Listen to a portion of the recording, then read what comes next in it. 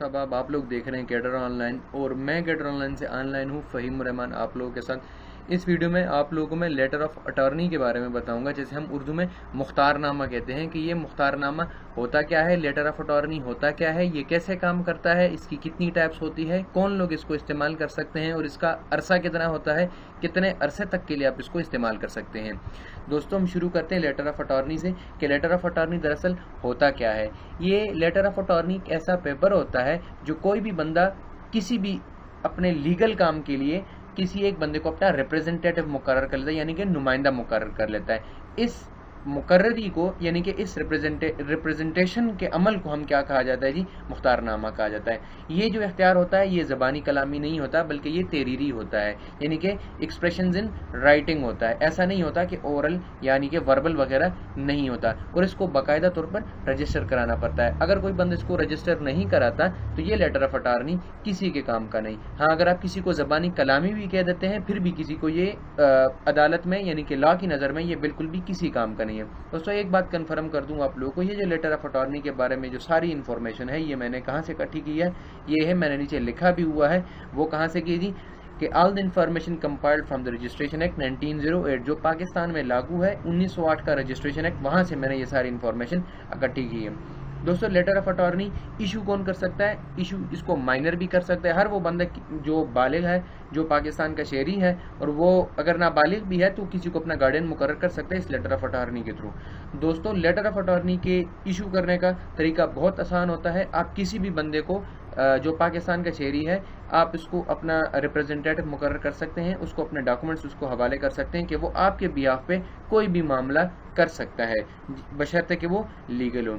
अगला पॉइंट है हमारे पास कि जो लेटर ऑफ अटॉर्नी है यानी कि जैसे हम मुख्तारनामा कहते हैं, इसकी कितनी टाइप्स होती हैं। एक होती है जनरल लेटर ऑफ अटॉर्नी, यानी कि जो आम मुख्तारनामा होता है वो आपके बिहाफ पे कोई सा भी काम कर सकता है, आपके बिहाफ पे कोई सा भी काम कर सकता है। जैसे मुराद ये है कि आपके बैंक वो जा सकता है, आपके किसी ऑफिस में जा सकता है, आपके बिहाफ पे वो ज़मीनों की खरीदो फरोख्त कर सकता है, कोई भी काम आपके बिहाफ पे कर सकता है। कि मुख्तारनामा जो शख्स होता है वो क्या करता है, आपके एक से ज़्यादा कानूनी मामलात पे वो आपकी नुमाइंदगी कर सकता है। लेकिन जो स्पेशल लेटर ऑफ अटॉर्नी होता है, जिसे हम स्पेसिफिक लेटर ऑफ अटॉर्नी भी कहते हैं, और जिसे कानून की नज़र में कहा जाता है कि ये एक ख़ास मकसद के लिए ये मुख्तारनामा जो है ना जारी किया जाता है। तो ये जो मुख्तारनामा होता है, जिस मुख्तारनामे में यानी कि जिस पेपर में आप लोग जब उसे देंगे तो वो सिर्फ उस काम के लिए ही वैलिड होगा, वो आपके बिहाफ पे सिर्फ वही काम कर सकेगा जिसके लिए आपने इशू किया होगा। इससे मुराद ये है कि अगर आप किसी शख्स को अपना रिप्रेजेंटेटिव मुकर्रर कर लेते हैं, लीगल रिप्रेजेंटेटिव मुकर्रर कर लेते हैं, और उसको कहते हैं कि जी, और आप स्पेसिफिकली लिख लेते हैं लेटर ऑफ अटॉर्नी में कि ये मेरे बिहाफ पे सिर्फ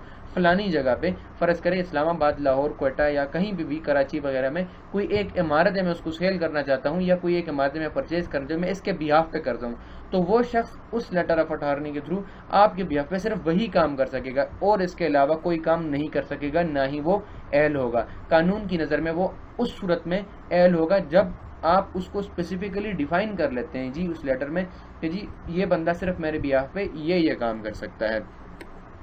अच्छा, अगला है हमारे पास कि ये काम कैसे करता है।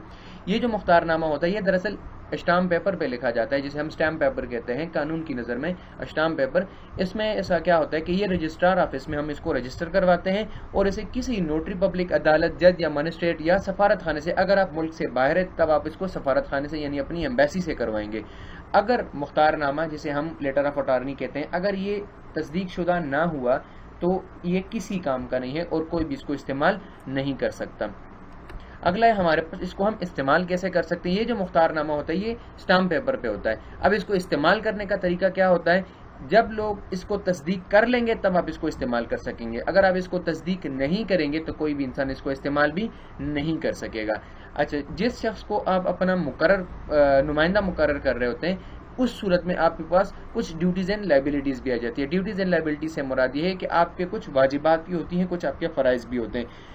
अब ये जो शख्स होता है, जब आप किसी को इख्तियार देते हैं कि आपके बिहाफ पे वो कोई से भी फैसला कर ले, तो बशर्त हो यानी कि उसमें ये शर्त शामिल हो कि वो पाकिस्तानी शहरी हो, समझ बूझ रखता हो यानी कि साउंड माइंड हो, बालिग हो और कानून के मुताबिक वो मुआहदा करने का इख्तियार भी रखता हो। ऐसा ना हो कि कोई ऐसा शख्स हो जिसे अदालत ने बदनीयत करार दिया हो या ख़यानतदार करार दिया हो, या ऐसा शख्स करार दिया हो जिसे अदालत ने नापसंदीदा कहा हो कि ये बंदा, ये शख्स किसी के बिहाफ पे कोई काम नहीं कर सकता। उस सूरत में आप उस बंदे को कभी भी अपना جو ریپریزنٹیٹو ہے کبھی بھی آپ اس کو اپنا مقرر نہیں کر سکتے.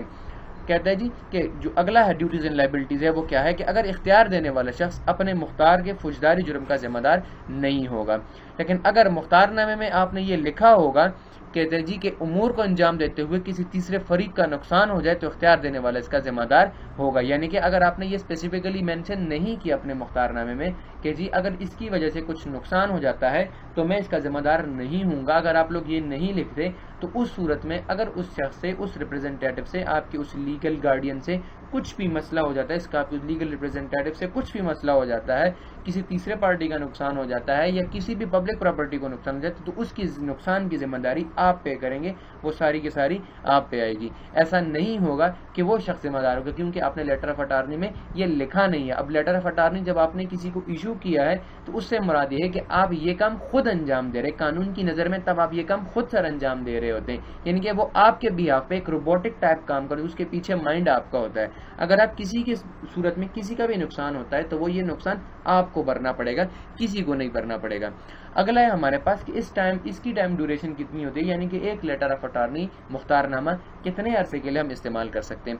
دوستوں مختار نامہ جس مقصد کے لیے، یعنی کہ اگر آپ نے کوئی specific letter of attorney issue کیا ہے، special letter of attorney issue کیا ہے، تو وہ اسپیشل لیٹر آف اٹارنی کب ختم ہوگا؟ وہ اس وقت ختم ہوگا جس پہ آپ نے اپنا مقصد لکھا ہوگا. فرض کریں میں نے یہ لکھا ہے کہ اسلام آباد میں فلانا پلازا ہے، میں نے اس کو سیل کرنا، جب وہ پلازا سیل ہو گیا لیٹر آف اٹارنی ختم ہو گیا، اب وہ کینسل ہو گیا، وہ کسی کام کا نہیں ہے. ہاں اگر آپ نے اس میں ٹائم پیریڈ مینشن نہیں کیا، کوئی خاص مقصد بھی مینشن نہیں کیا، تو دوستوں یہ جو لیٹر آف اٹارنی ہے وہ تب منسوخ ہوتا ہے جب آپ اخبار میں اس کی منسوخی کا اشتہار دے دیتے ہیں، یا جو اختیار دینے والا ہوتا ہے، یعنی کہ فرض کریں آپ کسی کو گارڈین مقرر کرتے ہیں اور خدا نخواستہ جس بندے نے اختیار دیا ہوتا ہے اور وہ بندہ فوت ہو جاتا ہے تو اس وقت میں مختار نامہ منسوخ ہو جاتا ہے.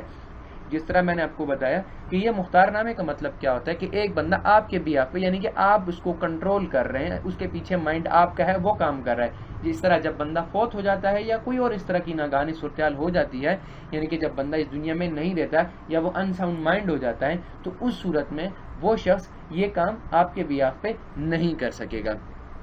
دوستوں اگلی ویڈیو میں آپ لوگوں کے لیے بناؤں گا کہ آپ اس لیٹر آف اٹارنی کو اپنے وزارت خارجہ سے اس کو تصدیق کیسے کروا سکتے ہیں. بہت سارے لوگ ہوتے ہیں جو اس بارے پتہ کرتے ہیں کہ ہم کیسے اس کو تصدیق کروائیں. آپ لوگوں کو بتایا ہے اگر آپ پاکستان کے اندر ہیں اور کسی کو لیٹر آف اٹارنی ایشو کر رہے ہیں تو آپ لوگ اس کو کیا کر سکتے ہیں، اس کو کسی بھی ڈسٹرکٹ جج سے، مجسٹریٹ سے، کہیں سے بھی آپ اس کو رجسٹرار آفس سے آپ اس کو تصدیق کروا سکتے ہیں تاکہ وہ کام کا ہو جائے. یعنی کہ اگر وہ دونوں بندے پاکستان کے اندر ہے، اگر ایسا نہیں ہے، ایک شخص پاکستان کے اندر نہیں ہے اور دوسرا شخص پاکستان کے اندر ہے، فرض کریں میں بات کر رہا ہوں کہ اے جو پرسن ہے وہ ہمارے پاس کیا ہے، وہ کسی جو ہے نا انگلینڈ وغیرہ میں ہے، اور جو اگلا جو بی پرسن ہے وہ پاکستان میں. اب جو اے ہے وہ بی کو کچھ ڈائریکشن دیتا ہے کہ میرے بیہاف پہ کچھ ٹرانزیکشنز کرو، تو اے کیا کرے گا، اس کے لیے ایک لیٹر آف اٹارنی ایشو کرے گا.